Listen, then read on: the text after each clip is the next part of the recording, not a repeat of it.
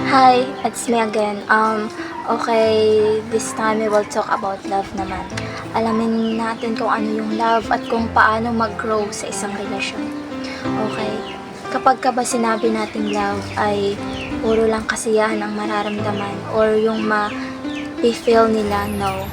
Kapag sinabi nating love, merong mga kasakitan, mga disappointment kasi dyan na nasusubukan kung hanggang kailan talaga kayo or kaya niyo pa ba talaga ipaglaban yung isa't isa na kahit na ano ng problema ang inyong hinaharap or dinadanas.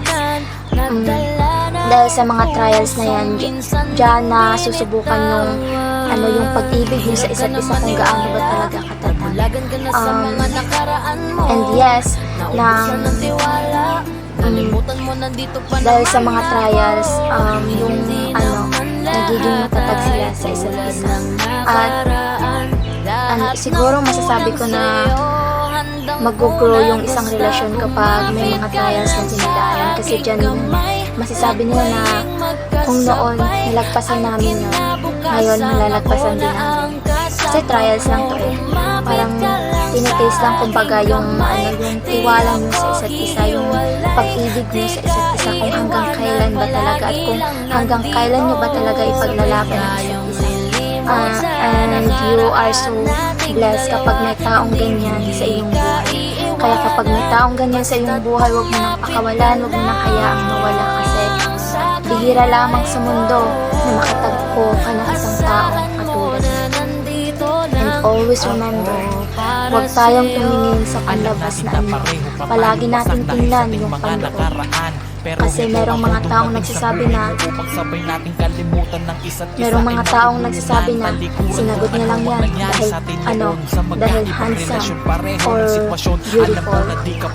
Always remember, hindi basihan ang panlabas na ano. Sundin mo yung puso mo kung anong sinisigaw niya. Huwag mong sundin yung sinasabi ng iba na kapag siniraan yung taong meron ka ngayon, iiwan mo na.